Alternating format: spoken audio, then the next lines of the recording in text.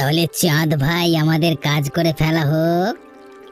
অবশ্যই, প্রয়োজন ফুরিয়ে যাওয়ার পর মানুষকে আর বাঁচিয়ে রাখতে নেই। বাবু, আপনাদের পার করে দিয়েছি বাবু। এখনো বুঝতে পারছে না বেচারা, ওর সাথে কি হতে চলেছে।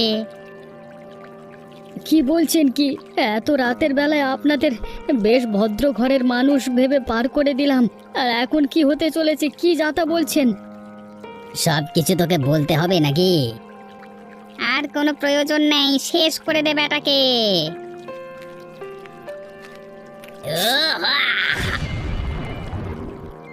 চল চল চলে যাই এখান থেকে। উফ দাদু, রোজ তোমার দোকান থেকে সকাল সকাল ছোলে ভাটুরা খাওয়ার মানে খাই, তবু যেন মন ভরে না। রোজ সকালে আসাটা একটা যেন নেশা হয়ে গেছে। এরকম গরমা গরম ছোলে ভাটুরা না খেলে যেন দিন শুরু হতে চায় না। আহা, সেই জন্যই তো 2 গ্রামের লোক আসে আমার কাছে, আর সেই জন্যই তো 2 গ্রামের এক ছোলা ভাটুরার দোকান।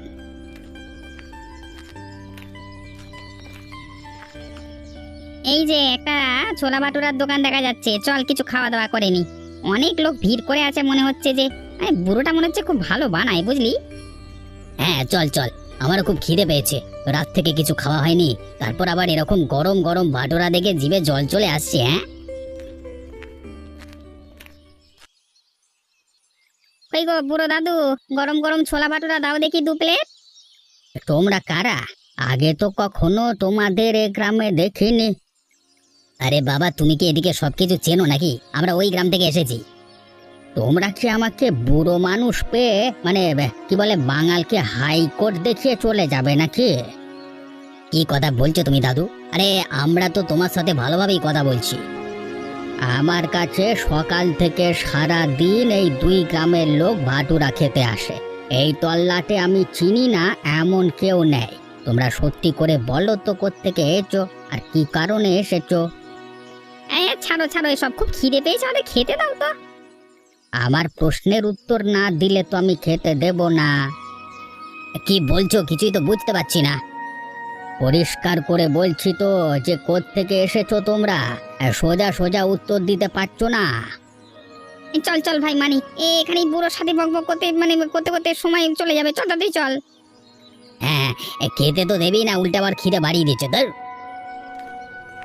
হজম হয়ে যাওয়ার অবস্থা। চল চল, এই ভাঙা বাড়িটাতে আপাতত থাকা যাক। হ্যাঁ, আমাদের কাজের জন্য দেখছি বাড়িটা ঠিক আছে। একটা জিনিস বুঝতে পারলি? কি জিনিস? এখানে 2 গ্রামের লোকেদের মধ্যে খুব মিল, আর সবাই ওই বুড়োটাকে খুব ভালোবাসে। বুড়ো যখন আমাদেরকে ওসব বলছিল তখন লোকগুলো দেখেছিস কেমন আমাদের সন্দেহজনক ভাবে দেখছিল। ইচ্ছে করছিল বুড়োটার কানের গোড়া ফটাস করে একটা দিতে, কিন্তু লোকগুলোর দিকে তাকিয়ে আর কিছু করতে পারলাম না। এখানে বেশ কয়েকদিন থাকতে হবে, লোকের সঙ্গে শত্রুতা করলে বিপদ আছে। সেই জন্যই তো জায়গাটা আদর্শ, দেখে মনে হচ্ছে এদিকটা বেশি গ্রামের লোক আসে না। হ্যাঁ, লোকেরা কি করতে আসবে? এই ভাঙা বাড়ি আর বাঁশবন ছাড়া কি আছে এদিকে? অনেক পুরনো জায়গা, আর পাওয়া গেলে এখানেই পাওয়া যেতে পারে আমাদের। বাবু তো সেরকমই বলেছিল যে ভাঙা ঘর বাড়িগুলো বিশেষ করে দেখতে হবে। হ্যাঁ, তবে ভাই আমি এখন কাজ বাজের কথা কিছু ভাবতে পারছি না। আমার পেটে আগে কিছু যদি না পড়ে তাহলে পাগল হয়ে যাচ্ছি। নিজেদেরই কিছু একটা ব্যবস্থা করতে হবে রান্না বান্না করবার। উফ, জ্বালা জ্বালা। জ্বালার পরে যে মাখনটা পাবো সেটার কথা ভাব একবার। আমার কিন্তু খুব একটা সুবিধার মনে হচ্ছে না। কি সুবিধার মনে হচ্ছে না? পুরোটাকে পেছন পেছন আবার আমাদের কাউকে লেলিয়ে দেবে না তো? আরে বেকার ভয় পাচ্ছিস, কিচ্ছু হবে না। চল চল, নিজেদের কাজে লেগে যাই, চল। আজকের দিনটা যে করেই হোক কেটে গেল, কাল থেকে কিন্তু আমাদের চারিদিকে সন্ধান চালাতে হবে। হ্যাঁ, তবুও ভালো কেউ আমাদের কিচ্ছু করেনি বা কেউ সন্দেহ করেনি। তোর সব সময় ভয়, কি আবার কি ভাববে আমাদের? হ্যাঁ, আমাদের দেখতে এমনই ভদ্র সভ্য, কেউ আর কি মুখ দেখে বুঝবে যে আমরা বড় শয়তান? তুই কি আর বুঝবে, গুন্ডামি করে আমাদের পেট চলে। শোন শোন, আর কি নয়, কাজের কথা বলি, চল। আমাদের কাছে খবর ছিল যে সমস্ত বাঁশ বাগান পুরনো জায়গা খুঁজে দেখতে হবে। তবে গুপ্তধনটা অনেক পুরনো, ইতিহাস আছে এর পেছনে। কি ইতিহাস? আগে এই গ্রামে এক বিশাল বড় অত্যাচারী জমিদার থাকতো। তার ছিল প্রচুর টাকা পয়সা আর সোনা দানা। সব টাকা সে করেছিল গ্রামের গরিব মানুষদের লুট করে। সে বহুকাল আগের কথা। তারপর শেষ পর্যন্ত আর অত্যাচার সহ্য করতে না পেরে এই গ্রামের লোকেরা ওই জমিদার বাড়ি আক্রমণ করে। তখন ওই জমিদারের নায়েব তার সমস্ত সম্পত্তি লুকিয়ে রাখে, মানে এই গ্রামেরই কোথাও একটা মাটির নিচে। বাবা, এটা একেবারে সিনেমার গল্প রে। সিনেমার মতো যদি না হবে তাহলে আমাদের কাজের দায়িত্ব দেবে কেন? অন্য কেউ তো দিতে পারতো। তা অবশ্য ঠিক কথা। তাহলে আমরা কোথা থেকে কাজ শুরু করব? এই বাড়ি থেকেই প্রথমে শুরু করা হবে। বাড়ির পেছনে যে জঙ্গলটা আছে ওদিকটা থেকে গ্রামের অন্যান্য জায়গায় সন্ধান করলে প্রথমে সন্দেহ করতে পারে। একদম ঠিক কথা। আর পেছনের দিক করলে ওদিকে লোকজন আসে না। যদিও একটা দুটো লোক চলাচল করে তাহলে এই সামনের রাস্তা দিয়ে করবে, কিন্তু পেছনে সাপ আর জঙ্গলের ভয়ে কেউ যাবে না। তবে তাই হোক। বাবু, বড় বিপদের খবর নিয়ে এসেছি আপনার কাছে। তুমি আবার কি বিপদের খবর নিয়ে এলে হরিপদ? বাবু, আমাদের গ্রামে বাইরে থেকে দুটো মস্তান এসেছে। বুড়ো বয়সে মাথা টাথা খারাপ হলো নাকি? ঠিকই বলছি বাবু, দুই গ্রামে আমার খরিদ্দাররা সাক্ষী। কালকে যখন দোকানদারি করছিলাম তখন এসেছিল ওরা আমার কাছে খাবার খেতে। আমার সন্দেহ হয়। আমি যখন জিজ্ঞেস করি তোমরা কোথায় থাকো, কিছু বলতে পারে না। রাতের বেলায় তাই সন্দেহ হতে আমি গ্রামে খুঁজে দেখি ওরা ভাঙা বাড়িতে আশ্রয় নিয়েছে আর গুপ্তধনের সন্ধান করছে। তোমাকে বুড়ো বয়সে এত পাকামোকে করতে বলেছে? মানে গ্রামের ভালো খারাপের দিকে নজর রাখবো না বাবু? আমি তো প্রথম জানতে পারলাম যে এই গ্রামে গুপ্তধন লুকিয়ে আছে মাটির নিচে। অনেক কিছুই নতুন নতুন জানতে পারবে। তবে সব বিষয় যদি এরকম উত্তেজিত হয়ে ওঠো তাহলে বুড়ো বয়সে মরতে হবে, আর কিছু নয়। আপনি কি বলছেন? আমি কিচ্ছু বুঝতে পারছি না। যে গুপ্তধন লুকিয়ে আছে সেটা আমার বাবা শয়তান জমিদারের থেকে নিয়ে মাটির নিচে লুকিয়ে রেখেছিল, আর এখন আমি সেটা পাওয়ার জন্য নিজের লোক লাগিয়েছি। ওরা আমার লোক। ওদের পেছনে যদি লাগবে উল্টে তোমাকে খতম করে দেব। তার মানে এই সব কিছুর পেছনে আপনি আছেন? আমাদের পৈতৃক সম্পত্তি উদ্ধার করাটা আমার অধিকার। তবে এটাও সত্যি যে ওই সম্পত্তি গ্রামের লোককে শোষণ করে তাদের ভিকিরি করে অর্জন করেছিল অত্যাচারী জমিদার আর আপনার বাবা নায়েব মশাই। এই হরিপদ, মুখ সামলে কথা বলবে। আমার ভয়ানক রূপ এখনো কেউ দেখিসনি। একেবারে খতম করে জলে ভাসিয়ে দেব। যাদেরকে দেখেছিস ওরা কতটা ভয়ানক হয়ে উঠতে পারে এখনো জানিস না। আর আমার ভয়ানক রূপ না দেখাটাই তোদের মঙ্গল। দূর হয়ে যা আমার চোখের সামনে থেকে।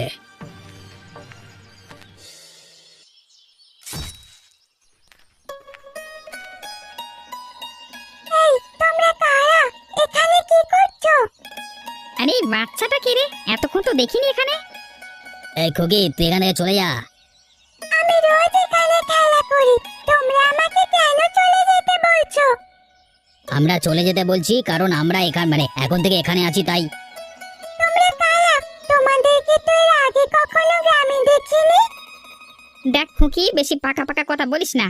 আগে দেখিস না তো কি হয়েছে। আমরা নতুন এসেছি গ্রামে, এখন থেকে দেখবি। নতুন এসেছো তো কোদাল নিয়ে এদিক ওদিক মাটি খুঁড়ছো কেন? তোমাদের ধান্দাটা কি বলো তো? এই কানের গোড়া দিলে না এখনই ধান্দা বেরিয়ে যাবে। দেখো, আমি ছোট হতে পারি কিন্তু সব বুঝি। তোমরা নিশ্চয়ই কোনো একটা খারাপ পরিকল্পনায় এসেছো। দেখ, ছোট মেয়ের মতো থাকবি, বড়দের ব্যাপারে নাক গলাবি না কিন্তু একদম। না হলে কিন্তু খুব খারাপ হয়ে যাবে। কি খারাপ হবে শুনি? এই গ্রামে দেখেছিস তো একটা চাকর মাঝি মারা গেছে। দিনের বেলা দিনমজুরি করতো আর রাতের বেলা নৌকা চালাতো। ওই রকমই অবস্থা হবে তোর। তার মানে তোমরাই ওকে খুন করেছো? এটা মনে হচ্ছে এমনিতে শুনবে না, মার খাবেই আমাদের হাতে। দেখেছিস তো এই কোদাল শাবল দিয়ে গাড্ডা খুলছি। এর ভেতর তোকে পুঁতে দিলে কেউ দেখতেও পাবে না কোথায় গেলি। এক্ষুনি দৌড়ে পালাবি না, মার খাবি রে। যা এখান থেকে যা।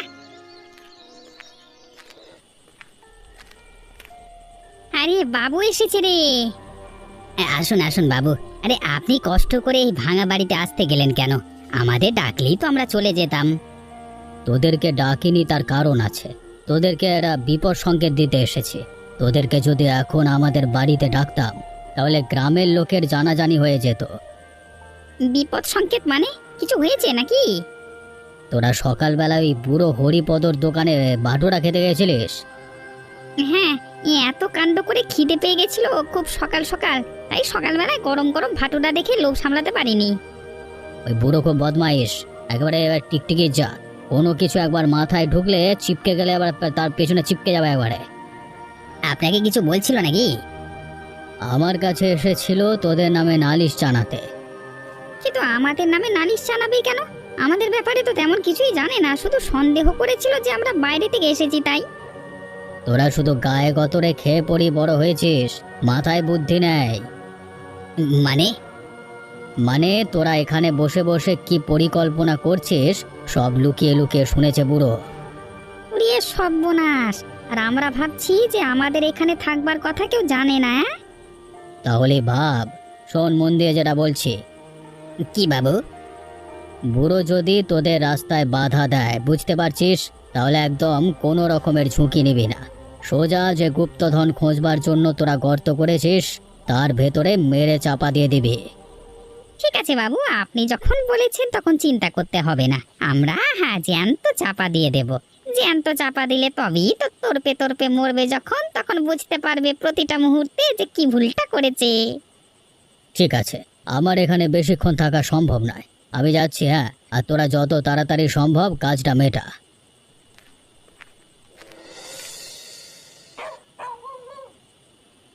কি হয়েছে দাদু, তোমার কি মন খারাপ? এই দুনিয়ায় ভালো মানুষ বলে আর কেউ রইল না রে মা। কেন দাদু, কি হয়েছে আমাকে বলো। এতদিন গ্রামে আমরা শান্তিতে ছিলাম, কোথা থেকে দুটো শয়তান গুন্ডা এসে জুটেছে। আমাদের গ্রামের নিচে নাকি গুপ্তধন লুকিয়ে আছে, সেগুলো তুলে নিয়ে যাওয়ার ব্যবস্থা করছে। আমি সকালবেলায় বাঁশবাগানের দিকে খেলতে গিয়েছিলাম, তখন ওরা চারিদিকে গর্ত খুঁড়ছিল। আমি জিজ্ঞেস করতে যেতে আমাকে মারতে তেড়ে এসেছিল। বলল যে বেশি কিছু কথা বললে আমাকে মেরে ওই গর্তে চাপা দিয়ে দেবে। তুই আর এখন থেকে ওদিকে খেলতে যাবি না, ওদের পেছনে লেগে লাভ নেই। কিন্তু এভাবে তো মেনে নিতে পারবো না আমরা। আমার মাথায় একটা বুদ্ধি আছে। কি বল? তুমি পুলিশের কাছে যাও, ওটাই একমাত্র পথ। পুলিশ আমাদের সাহায্য করবে বলে মনে হয়? হ্যাঁ, আমি শুনেছি যে নতুন দারোগা এসেছে, সে খুব ভালো। তুমি যদি গিয়ে নালিশ করো ঠিক শুনবে। ঠিক আছে, আমি সকালেই কালকে যাব। এখন তাড়াতাড়ি খেয়ে নিয়ে চল, হাত মুখ ধুয়ে শুতে যাই। আরে ওই বুড়োটা যাচ্ছে না? চলো ওর পেছনে একটু লাগা যাক। এই বুড়ো, আজকে দোকান করনি? সকাল সকাল কোথায় গেছিলে গো? তোমার নাম নাকি হরিপদ? এই বুড়ো বয়সে কি তোমার ভীমরতি হয়েছে? নিজের দোকান চালিয়ে খাচ্ছ, খাও না, আমাদের পেছনে লাগতে আসছো কেন? তোমার এই দোকান ছাড়া কিছু ব্যবসা আছে নাকি বাইরে কোথাও গেছিলে এখন গ্রামের? আমি কোথায় গিয়েছিলাম সেই উত্তর কি তোমাদের দিতে হবে? এতদিনে আশা করি জেনে গেছো যে আমরা কারা, সুতরাং আমাদের সাথে কিভাবে কথা বলতে হয় সেটাও আশা করি শিখিয়ে দিতে হবে না? এবারে যেটা জিজ্ঞেস করব সেটার সোজাসুজি উত্তর দেবে। বাঁকা উত্তর দিলে কিন্তু জানো যে বাবু আমাদের পেছনে আছে। পাপ কাউকে ছাড়ে না, সে যতই ক্ষমতাবান হোক। যে জমিদারের ধন সম্পত্তি তোমরা নিতে এসেছো তারও মৃত্যু ঘটেছে, আর তোমাদেরও হবে। এই মেরে বাড়ি চাপা দিয়ে দেব। এই বুড়ো বলছি কি রে, আমরা নাকি মরবো? আরে তোমার ধুতি খুলে যাবে আমাদের কিচ্ছু করতে গেলে। ভালো, এটাই হবে। তুমি আর তোমার নাতনি চুপচাপ মুখ বন্ধ করে থাকবে, হ্যাঁ, আর আমাদের কাজ আমাদের করতে দেবে। শেষবারের মতো সাবধান করে দিলাম।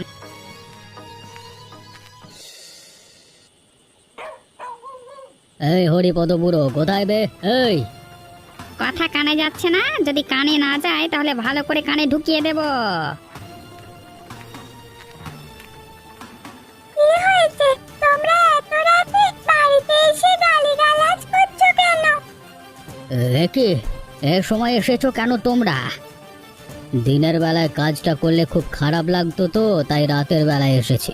পরিষ্কার বলতে এসেছি, কাল থেকে দোকান আর খুলতে পারবে না।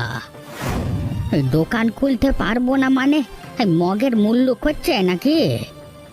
তুমি সব সময় আমার দোকানের মাথার উপর দিয়ে যাবে আর আমরা একটু তোমার উপর দিয়ে যেতে চাইলেই দোষ? হ্যাঁ, এবার দেখো কেমন তোমাকে পেটে মারবো। তোমারে বধিবে যে সে খুব তাড়াতাড়ি আসছে, তোমাদের মৃত্যু ঘনিয়ে আসছে, তাই তোমাদের ওই পিঁপড়ের মতো ডানা গজিয়েছে। এই বুড়োটাকে দুঘা দে তো, বড্ড বড় বড় কথা বলছে। কি করছো? ছেড়ে দাও আমার দাদুকে, ছাড়ো, আমার দাদু দোকান খুলবে না, তোমরা ছেড়ে দাও। আজকে তোদের দিন, আমার দিন একদিন আসবে, এটা মনে রাখিস। ও দাদু, ওদের মুখে মুখে এমন বড় বড় কথা বলো না গো। এই তোরা ছেড়ে দে, এবারে মারলে মরে যাবে। আরে আমরা বাঁচিয়ে রেখে চালাবো ওকে। এই ছুরি বুঝিয়ে দিস তোর দাদুকে। চল তোরা চল। উফ, যতই বুড়োকে শাস্তি দিই মাথার ভেতর একটা চিন্তা চলছিল, যতক্ষণ না গুপ্তধন পাওয়া যাচ্ছিল। হ্যাঁ, এই তো পাওয়া গেছে, এবারে শান্তি। এবারে যে যাই বলুক আর কিছু করতে পারবে না। সন্ধান যখন পাওয়া গেছে তখন আর দেরি করে লাভ নেই, কালকে সকালেই তুলে নেওয়া যাবে। এখন আর ওসব কথা ভাবতে ভালো লাগছে না, অনেক খাটাখাটনি হয়েছে কদিন। চল আনন্দ করে এখন মাংস ভাত খাই। এটাই তো মজা জীবনের। অবিনাশবাবু বড়লোক হবে আর আমাদের তার থেকে ভাগ দেবে। তুই কি ভাবছিস পুরো সম্পত্তি অবিনাশবাবুকে দিয়ে দেব নাকি? আগে নিজেদের জন্য কিছুটা সরিয়ে রেখে তারপরে দেব। তাতে ডবল মুনাফা হবে আমাদের। কি বুদ্ধি ভাই তোর! হ্যাঁ, এই জন্যই তো আমাদের বলে মানিক চাঁদ। তাহলে আমাদের ভাগেরটা আজকে রাতে সরিয়ে ফেলতে হবে, আর কালকে সকালে অবিনাশবাবুরটা মাটির নিচ থেকে তুলতে হবে। তাহলে আমাদের সন্দেহ করবে না যে আমরা চুরি করেছি। উফ, আমি ডালে ডালে গেলে তুই তো পাতায় পাতায় যাস। হ্যাঁ, তোফা বুদ্ধি দিয়েছিস ভাই। চল চল, এখন বকে লাভ নেই, খাবার ঠান্ডা হয়ে যাবে।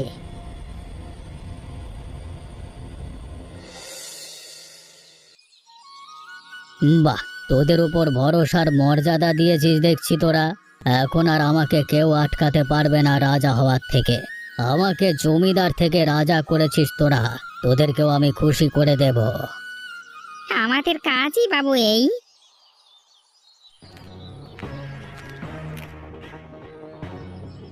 কিন্তু তা তো হবে না, জিনিসপত্র যখন উদ্ধার হয়েছে তখন তা সরকারের কাছে যাবে এবং তারপর মানুষের মধ্যে বিলি হয়ে যাবে।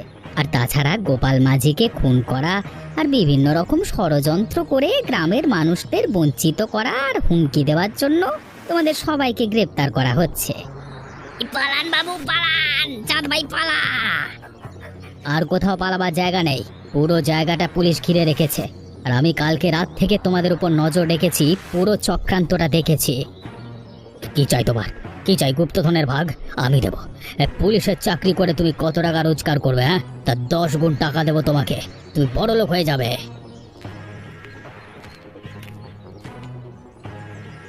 একজন সৎ পুলিশ অফিসারকে ঘুষ দেওয়ার শাস্তিটাও তুমি পাবে।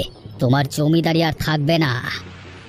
বলেছিলাম না আমার দিন আসতে চলেছে খুব তাড়াতাড়ি, এবারে বুঝতে পারলে? শেষ পর্যন্ত শয়তানিটা তাহলে তুমিই করলে। শেষ হাসি ভালো লোকেই হাসি। আমাকে মারতে চেয়েছিলে না তোমরা, মেরে মাটির নিচে চাপা দিয়ে রাখতে চেয়েছিলে। এবারে যাও, জেলের অন্ধকারে তোমরা বাকি জীবন কাটাও। এই তোরা কে কোথায় আছিস? নিয়ে যাই তো সবাইকে, কোমরে দড়ি বেঁধে মারতে মারতে গ্রামের রাস্তা দিয়ে নিয়ে যাবে। দেখলে তো কেমন অসৎ জমিদারের অসৎ লোভের জন্য পতন হলো আর জয় হলো গরিব এক ছোলা ভাটুরা দোকানদারের। তোমরা কিন্তু